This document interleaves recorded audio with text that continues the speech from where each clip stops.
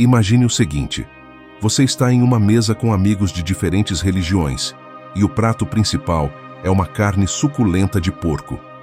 Enquanto uns comem tranquilamente, outros recusam educadamente. Isso já aconteceu com você? Já se perguntou por que judeus e muçulmanos têm essa proibição tão rígida, enquanto os cristãos em geral não seguem essa regra? Neste vídeo, vamos explorar as raízes desse tema que está diretamente ligado à Bíblia, ao Alcorão e às tradições milenares de fé. Você vai descobrir o que Deus disse sobre a carne de porco, por que isso é tão importante para alguns, e como Jesus mudou completamente a relação dos cristãos com essas práticas. Será que Deus mudou de ideia? Ou será que o propósito dessas regras era muito maior do que a comida? Prepare-se para mergulhar em uma jornada que vai te ajudar a compreender melhor as Escrituras, respeitar as diferenças entre as religiões e, acima de tudo, fortalecer sua fé. Afinal, não é só sobre o que comemos, mas sobre o que significa viver para agradar a Deus. E você, já pensou o quanto essa discussão pode impactar sua própria relação com Deus? Fique comigo até o final deste vídeo e descubra. No livro de Levítico, capítulo 11, encontramos uma das passagens mais detalhadas sobre as leis alimentares dadas por Deus ao povo de Israel. Essas instruções foram entregues a Moisés e Arão em um momento crucial da história de Israel. Eles haviam acabado de ser libertos do Egito e estavam sendo moldados como uma nação santa, separada para Deus. Deus começa especificando quais animais poderiam ser comidos e quais deveriam ser evitados. Ele destaca: dentre os animais que vivem em terra, podem comer aqueles que têm casco dividido e que ruminam. Levítico capítulo 11, versículo 3. O porco é explicitamente citado como um animal impuro, pois embora tenha casco dividido, não rumina. Por isso, Deus ordenou: vocês não devem comer a carne desses animais, nem tocar em seus cadáveres. Eles são impuros para vocês. Mas por que Deus deu essas leis? A primeira razão está na identidade do povo de Israel como uma nação separada. Deus desejava que Israel fosse um exemplo de santidade para as outras nações, uma luz que mostrasse o caráter divino. Cada detalhe da vida do israelita, desde a maneira como comiam até a forma como adoravam, refletia sua obediência e compromisso com Deus. Essas leis funcionavam como um lembrete constante de que Israel era diferente. Enquanto as outras nações não tinham critérios sobre o que comer, os israelitas estavam sob uma aliança que exigia pureza e santidade em todos os aspectos da vida. A separação dos alimentos limpos e impuros simbolizava a separação do pecado e da impureza espiritual. Outra razão prática para essas leis estava relacionada à saúde. Muitos estudiosos acreditam que as restrições dietéticas de Deus ajudavam a proteger o povo de doenças. O porco, por exemplo, era uma fonte comum de parasitas e doenças em tempos antigos, especialmente quando mal cozido. Ao proibir o consumo de carne de porco, Deus estava protegendo o povo de problemas de saúde que poderiam ser fatais. No entanto, o objetivo principal ia além do físico. Era um lembrete constante de que Israel dependia de Deus para todas as áreas da vida, inclusive para saber o que era bom ou ruim para eles. A obediência às leis alimentares demonstrava confiança em Deus, mesmo quando os motivos de suas instruções não eram totalmente compreendidos. Mas há algo ainda mais profundo. As leis alimentares eram uma sombra do que estava por vir. Elas simbolizavam a separação entre o santo e o profano, preparando o caminho para a vinda de Jesus Cristo, que traria uma nova aliança. Em Deuteronômio, capítulo 14, Deus reforça as leis alimentares, mas também lembra ao povo de sua identidade. Vocês são filhos do Senhor, o seu Deus. Vocês são um povo consagrado ao Senhor, o seu Deus. Essas leis eram parte de uma estrutura maior que apontava para o relacionamento especial que Deus queria ter com seu povo. Essas regras, tão detalhadas e específicas, podem parecer estranhas para nós hoje, mas elas tinham um propósito claro: lembrar ao povo de que Deus é santo e deseja que aqueles que o seguem vivam de forma santa também. As leis alimentares eram um símbolo visível de um chamado espiritual muito maior. Agora que entendemos o contexto do Antigo Testamento, surge a pergunta: por que os judeus ainda seguem essas leis, enquanto os cristãos não? E o que Jesus disse sobre isso? Quando Deus entregou as leis a Moisés no deserto, não se tratava apenas de mandamentos religiosos, mas de instruções para moldar a identidade do povo de Israel. Em Levítico capítulo 11, Deus estabeleceu uma série de regras sobre quais alimentos eram considerados puros e impuros. Essas orientações incluíam o porco, listado como impuro, por ter casco dividido, mas não ruminar. Essas leis alimentares tinham um propósito claro: separar o povo de Israel das práticas das nações ao redor. A comida era um símbolo da santidade exigida por Deus. Israel não era apenas um povo qualquer, era um povo chamado para ser santo, distinto e obediente, vivendo em aliança com o Criador. Além disso, essas leis protegiam a saúde do povo em um tempo sem os avanços da medicina moderna. Muitos animais considerados impuros, incluindo o porco, estavam associados a doenças e condições sanitárias precárias. Assim, Deus não apenas ensinava a obediência, mas também cuidava do bem-estar físico de seu povo. Porém, o principal objetivo das leis era espiritual. Cada proibição ou permissão apontava para algo maior: o caráter de Deus. Ao obedecer às leis alimentares, os israelitas demonstravam fidelidade e submissão à vontade divina, lembrando-se constantemente de que eram um povo separado. É importante ressaltar que, para os israelitas, comer não era apenas uma necessidade fisiológica, era um ato de comunhão espiritual. Até a escolha do alimento era uma oportunidade de adorar a Deus, mostrando que cada aspecto da vida deveria estar em conformidade com sua vontade. No judaísmo, a prática das leis dietéticas permanece até hoje como um marco da identidade cultural e espiritual do povo judeu.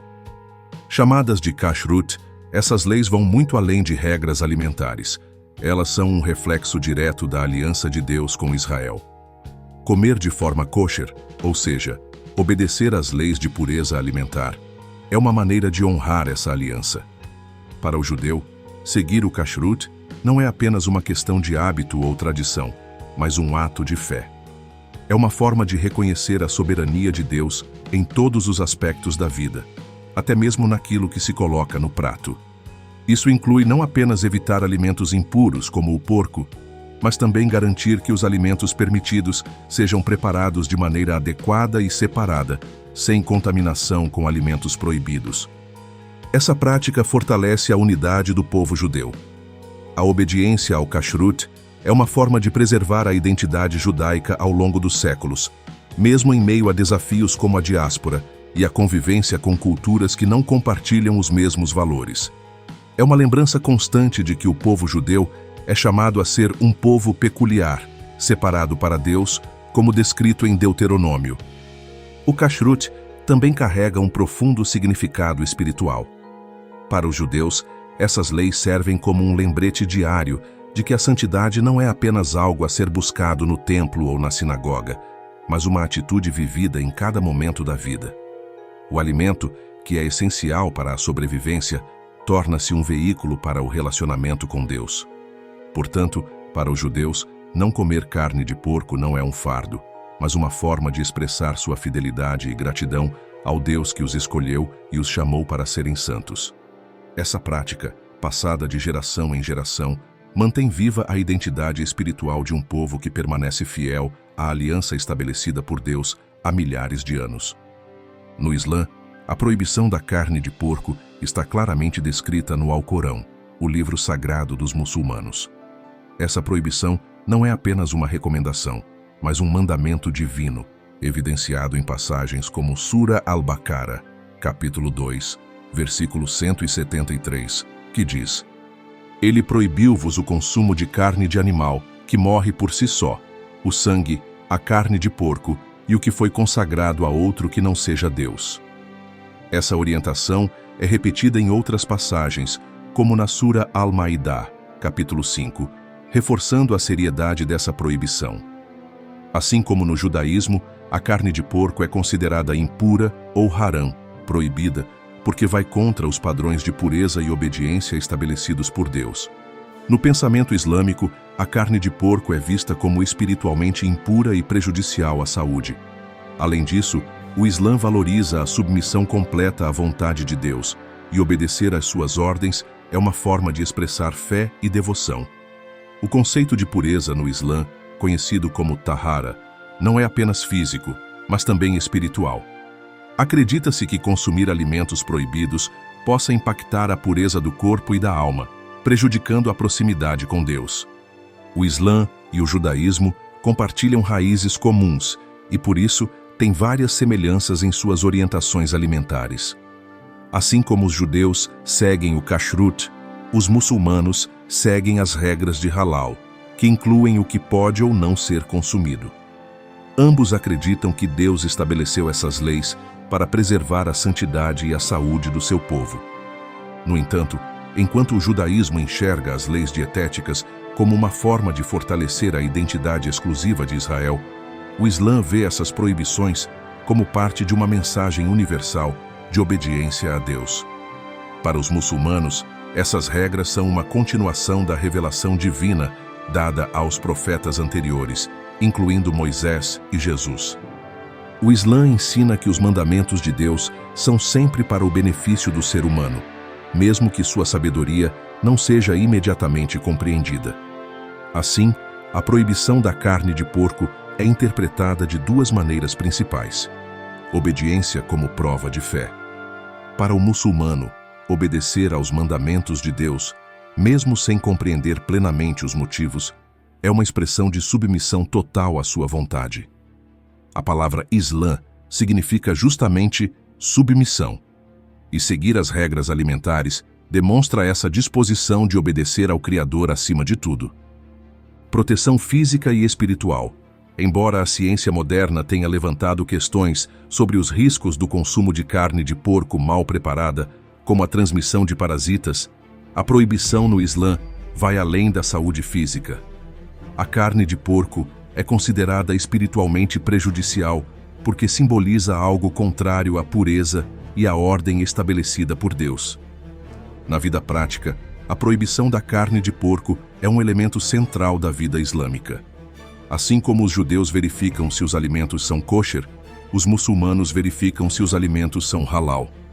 Essa atenção aos detalhes fortalece a consciência espiritual e mantém os muçulmanos constantemente conectados a Deus, mesmo nas atividades mais simples, como comer. Para os muçulmanos, evitar carne de porco é um lembrete diário de que viver em obediência a Deus é o maior ato de adoração. Assim como no judaísmo, a comida não é apenas um sustento físico, mas um meio de honrar e glorificar o Criador. A proibição da carne de porco no Islã é clara e direta, sendo mencionada em vários trechos do Alcorão. Um dos textos mais conhecidos está na Surata Al-Baqarah, que significa a vaca, onde Deus declara: Ele vos proibiu tão somente o animal morto, o sangue, a carne de porco e o que é consagrado a outro que não Deus. Alcorão 2, 173. Assim como no judaísmo, a proibição no Islã está profundamente ligada à obediência à vontade divina. Para os muçulmanos, seguir as instruções de Deus é um ato de submissão total, que é, inclusive, um dos pilares fundamentais da fé islâmica. Não é à toa que a palavra Islã significa submissão. Além disso, o porco é considerado impuro, tanto no sentido físico quanto no espiritual. Sua carne é associada a práticas que não condizem com a pureza exigida por Deus. Embora o avanço da ciência alimentar tenha melhorado as condições sanitárias, essa proibição transcende razões práticas. Ela reflete a santidade da lei divina e o compromisso de obedecer a Deus em todos os aspectos da vida. Os muçulmanos compartilham com os judeus a ideia de que a comida está conectada à santidade. Para ambas as tradições, evitar a carne de porco é um sinal de fidelidade a Deus e de busca pela pureza. Enquanto no judaísmo essa proibição está relacionada à aliança feita com o povo de Israel, no Islã ela é vista como um mandamento universal, válido para todos os muçulmanos, independentemente de cultura ou local de origem. No cotidiano, os muçulmanos seguem o halal, que significa permitido, assim como os judeus seguem as leis do kosher. Evitar o porco é apenas uma parte do halal, que também exige que os alimentos sejam preparados de forma que honrem a Deus. Essa prática não é apenas uma regra, mas uma expressão de devoção, reforçando que até o ato de comer é uma maneira de adorar a Deus. Para os muçulmanos, evitar a carne de porco é um lembrete constante de que Deus é soberano e que todas as áreas da vida, desde a forma como nos alimentamos até a maneira como vivemos, devem estar em total submissão à sua vontade. Essa obediência é, acima de tudo, uma demonstração de fé e amor ao Criador. Quando Jesus começou seu ministério, ele desafiou muitas tradições religiosas de sua época, incluindo a maneira como as leis do Antigo Testamento eram interpretadas. Embora Jesus tenha vindo para cumprir a lei, ele trouxe uma perspectiva nova e mais profunda, que muitas vezes transcendia os aspectos literais das regras. Em Marcos capítulo 7, Jesus fez uma declaração revolucionária. Ele disse: "Nada que entra no homem vindo de fora pode torná-lo impuro. O que sai do homem é que o torna impuro." Com essas palavras, Jesus estava redefinindo a pureza, movendo o foco das regras externas para a condição do coração humano. Para ele, o pecado não era algo causado pelo que se comia, mas pelo que estava dentro do coração: orgulho, inveja, ira, cobiça. Ao dizer isso, Jesus não aboliu as leis do Antigo Testamento, mas mostrou que elas apontavam para algo maior, a transformação interior que ele veio trazer. Essa mudança se tornou ainda mais clara em Atos, capítulo 10, quando o apóstolo Pedro teve uma visão de um lençol cheio de animais considerados impuros. Na visão, Deus disse: "Levanta-te, Pedro, mata e come." Pedro, chocado, respondeu que nunca havia comido algo impuro, mas Deus insistiu: "Não chame de impuro aquilo que Deus purificou." Essa visão marcou o início de uma nova era.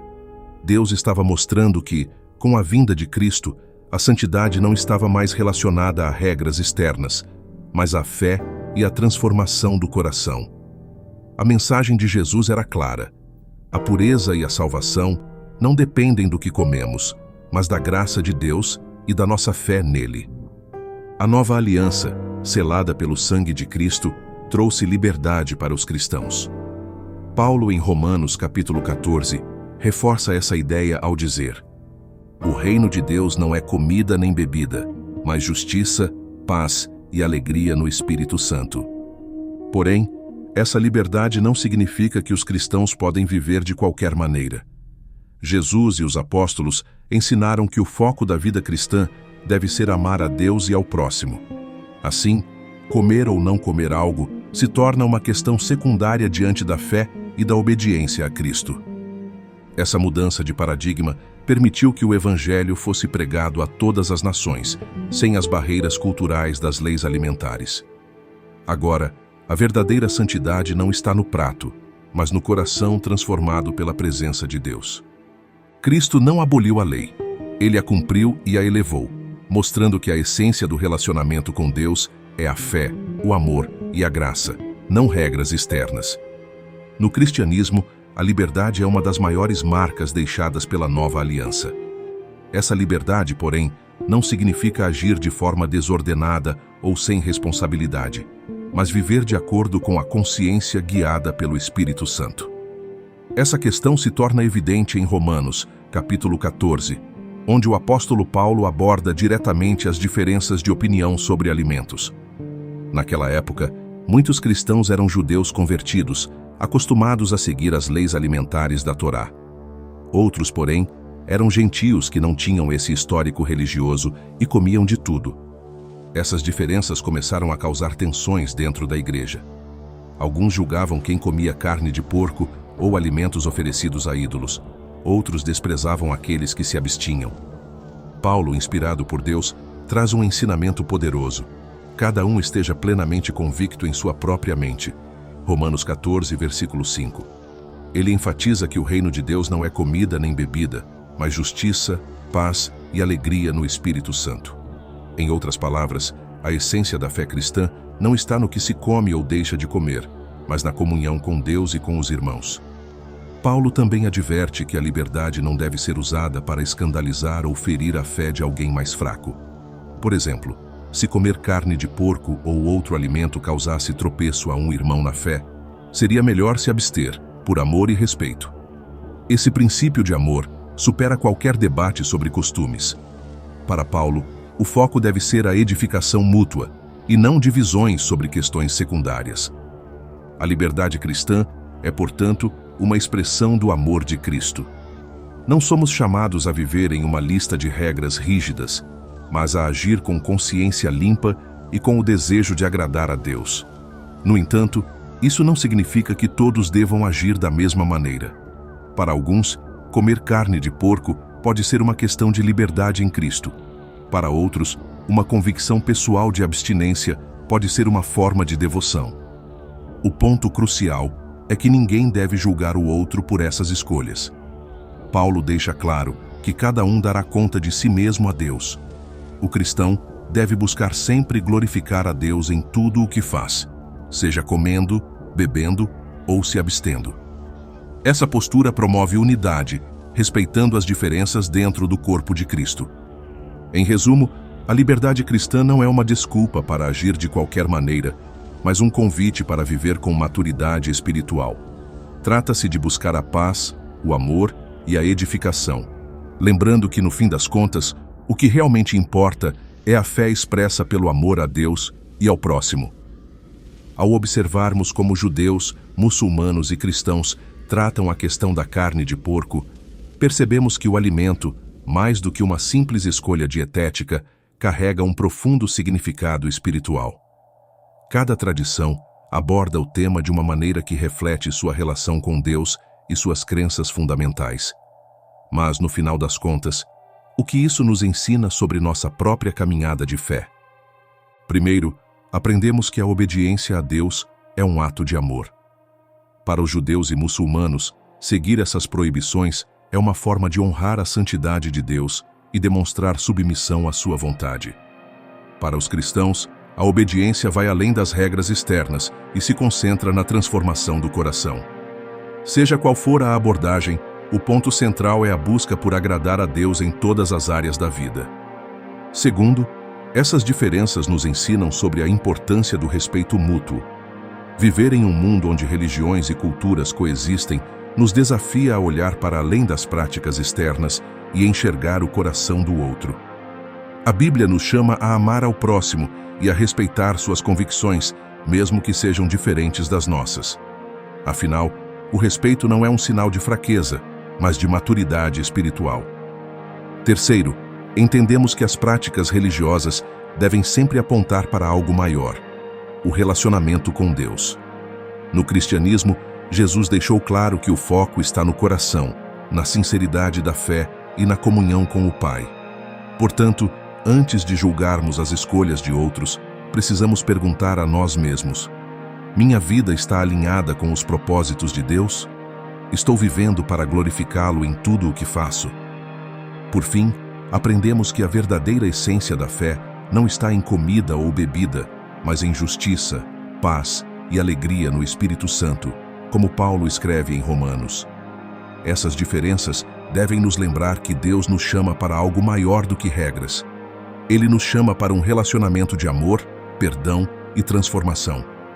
A lição prática que podemos levar é esta: em vez de focarmos nas diferenças, devemos buscar a unidade no que realmente importa. Que cada escolha, cada prática e cada convicção sejam um reflexo genuíno de nossa fé e amor por Deus. Assim, podemos viver em harmonia, respeitando as tradições, mas sempre nos lembrando de que a verdadeira adoração acontece no coração. E você? Como essas reflexões sobre as práticas alimentares podem te ajudar a fortalecer sua fé e seu relacionamento com Deus? No final de nossa jornada por esse tema, percebemos que, apesar das diferenças nas práticas religiosas, há algo que une judeus, muçulmanos e cristãos: o desejo de agradar a Deus. Cada tradição, com suas particularidades, reflete uma busca sincera por viver de acordo com a vontade divina. E isso nos ensina uma grande lição. O que realmente importa não é a comida na mesa, mas a intenção do coração. Deus nos chama a olhar além das regras e costumes para enxergar a essência da fé. Ele deseja um coração rendido, um espírito humilde e um amor genuíno pelo próximo.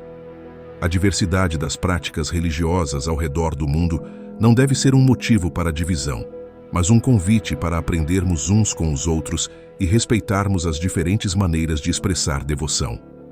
Lembre-se, o Deus que criou os céus e a terra é o mesmo que vê o coração. Ele nos chama para viver em paz, para respeitar as convicções dos outros e, acima de tudo, para sermos instrumentos de amor em um mundo que precisa tanto de unidade. Então, a pergunta que fica é: como você tem vivido a sua fé? Será que está focando no que realmente importa ou está preso a julgamentos externos? Deus nos convida a olhar para dentro, a transformar nosso coração e a viver uma vida que reflita sua graça e amor. Que possamos sair daqui inspirados a valorizar nossas diferenças, mas sempre buscando aquilo que nos une, o desejo de sermos mais como Deus nos chamou para ser. E que nossas vidas sejam um testemunho de unidade, respeito e amor. E você? Como pode viver a sua fé de forma que traga glória a Deus e paz aos outros? Pense nisso, e que Deus te abençoe poderosamente.